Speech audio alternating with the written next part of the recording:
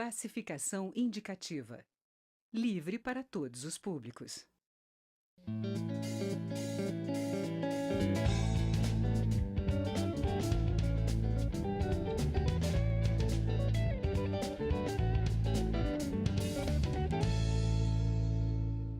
Olá, com histórico de atuação na área de desenvolvimento regional, educação e municipalismo, o deputado Angelim, do PT do Acre, chega ao fim de seu primeiro mandato como deputado federal. Ele é o nosso convidado aqui no Palavra Aberta. Eu sou Daniela André e este é um programa da rádio e da TV Câmara. Deputado, bem-vindo ao Palavra Aberta. Muito obrigado, Daniela. Bom, quero cumprimentar você, a todos os ouvintes assistentes da TV Câmara. É um prazer estar aqui com você.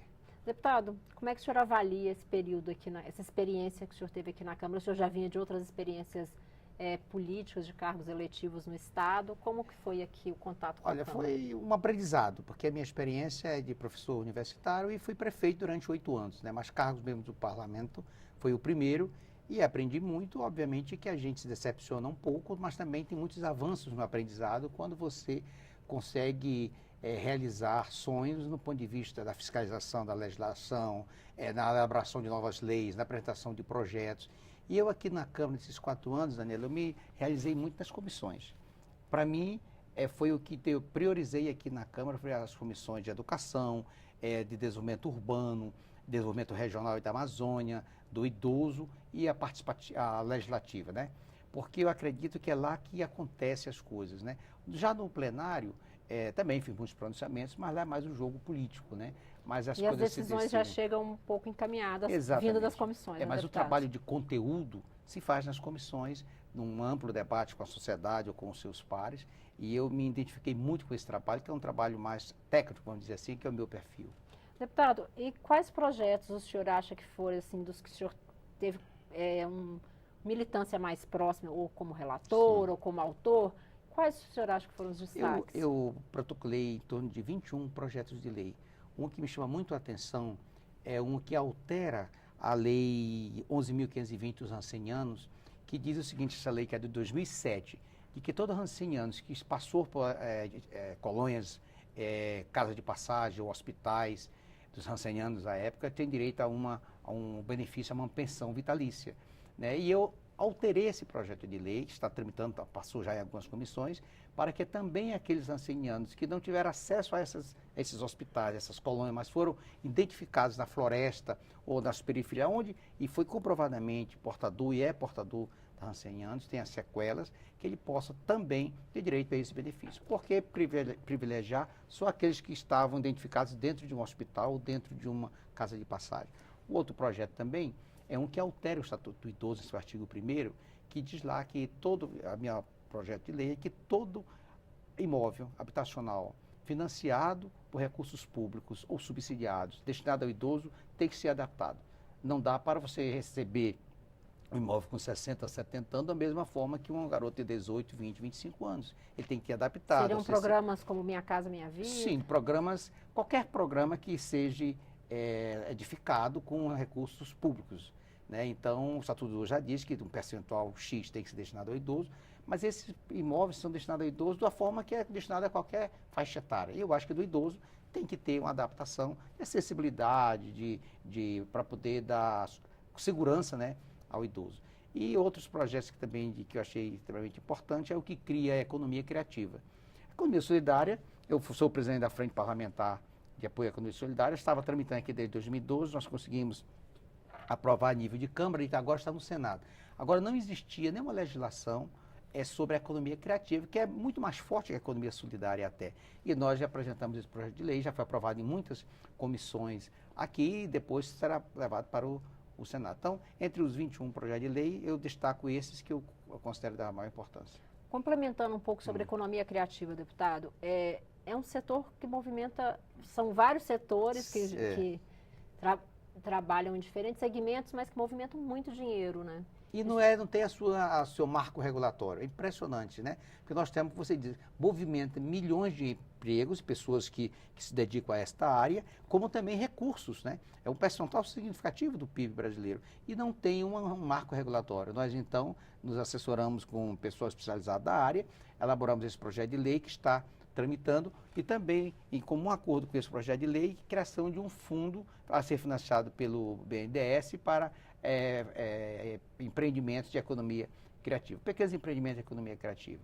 E de economia solidária aprovamos aqui, já não é minha autoria, mas eu coloquei, ele está arquivado, aprovamos aqui, ele está agora tramitando no Senado. E o que mudaria? O que é a economia solidária? O que muda com esse projeto, deputado? O que muda é o seguinte, a economia solidária, o empreendedor, ele não pode, exportar nenhum produto que ele faz, porque ele não pode ter uma nota, não pode ter um documento com uma nota fiscal ou um documento qualquer. É uma atividade marginal. E quem criou, primeiro pensou em economia solidária no Brasil, foi o professor Paul Singer, né? Falecido recentemente, o ano passado. E ele dizia numa palestra comigo, Angelim, é interessante, eu dou palestra no mundo todo, que começou no Brasil e estendeu para o mundo todo. E alguns países dizem assim, a gente não entende, vocês foram os primeiros a criar a economia solidária e até hoje não tem um marco regulatório, nós já criamos. Então a maioria dos países onde tem a economia solidária já tem seu marco regulatório, ou seja, uma atividade formal do ponto de vista do empreendedorismo, do ponto de vista da produção. E no Brasil ainda é uma atividade marginal. E esta lei, ela cria esse marco regulatório, ela define o papel da economia solidária, como também cria um fundo de financiamento das atividades da economia solidária.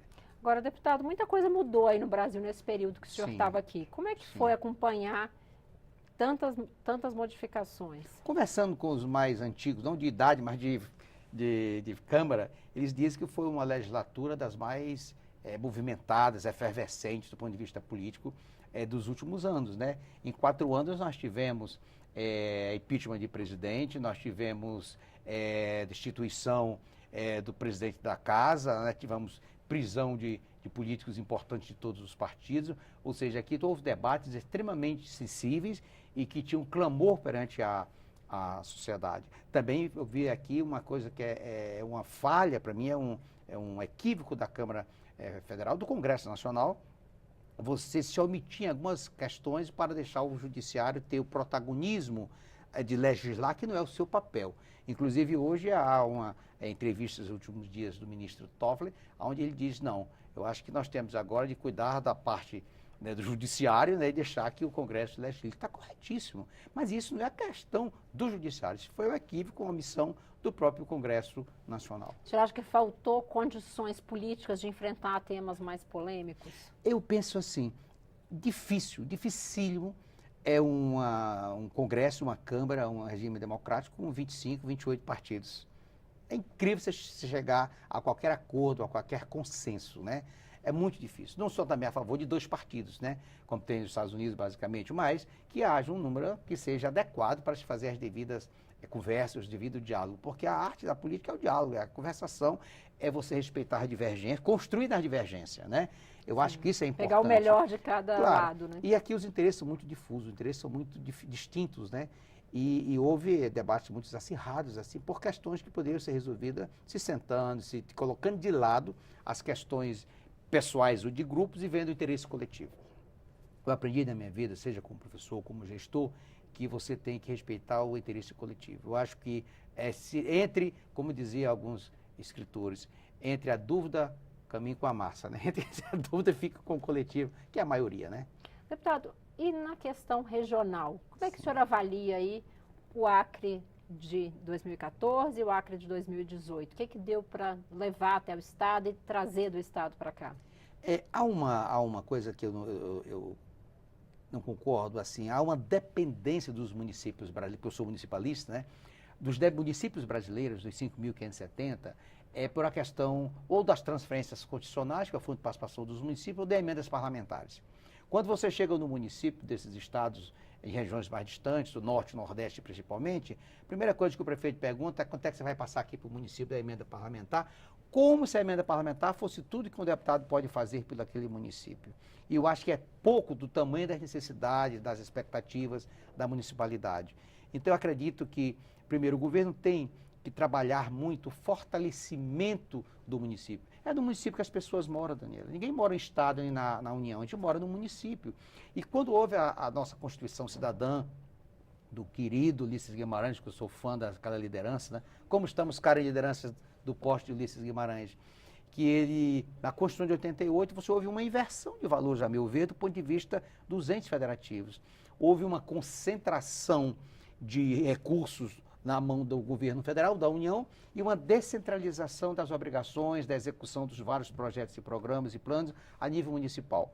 Eu fui prefeito 8 anos de uma capital de 800 mil habitantes, não, de 400 e poucos mil habitantes. O que é que ocorre? O governo federal cria um programa aqui a nível de Brasília, tem que debater, consultar os municípios e manda para o município. Aí um custo de 10 milhões por ano ou por mês, e o governo manda 25% dos recursos, e todo mês manda uma cobrança de relatório sobre a execução, e o município não tem recursos suficientes. Às vezes o município não tem nem equipe que não possa... Não tem nem equipe técnica e nem recursos de arrecadação própria, que chama de RA, receitas próprias, para bancar esses investimentos, a manutenção desses empreendimentos. Então, eu acredito que deveria ter uma maior descentralização do bolo tributário nacional, da receita nacional, para que os municípios não ficassem essa dependência do governo federal, prefeitos nos corredores dos ministérios, aí entra a promiscuidade da política, de ficar, o prefeito vai, não vou apoiar aquele candidato, porque esse candidato é quem me salva lá em Brasília.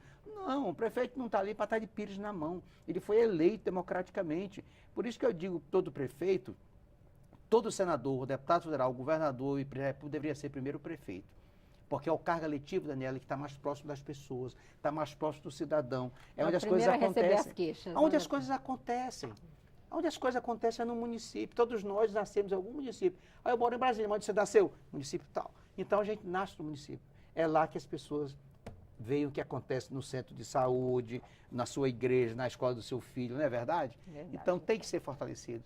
Eu tenho essa visão. E nos municípios do Acre vive hoje uma dificuldade tremenda, como a dos demais municípios brasileiros, né? A depender do Fundo de Participação dos municípios, aí aumenta a arrecadação do governo federal, aumenta o FPE e o FPM, diminui e cai. Aí eles ficam aqui, meu Deus, aí não sabe o dia seguinte.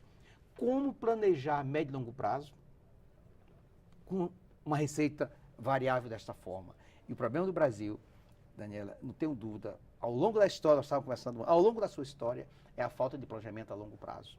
Nós somos muito imediatistas, nós somos muito oportunistas, nós estamos sempre planejando para o amanhã. Isso você não chega a lugar Faltam nenhum. Programas de Estado, né, deputado? Falta programa de Estado, e não de governo. Obrigada pela participação, deputado, e sucesso nos próximos projetos que o senhor Muito obrigado desde e agora. continue com esse programa tão bom e de tanta audiência. Muito obrigado. Obrigada, deputado. Palavra Aberta termina aqui. Nosso convidado hoje foi o deputado Angelim, do PT do Acre. Eu sou Daniela André e esta é uma produção conjunta da Rádio e da TV Câmara. Você pode assistir esta e outras entrevistas também em nossa página na internet, câmara.leg.br/palavra aberta. Obrigada pela audiência e até o próximo programa.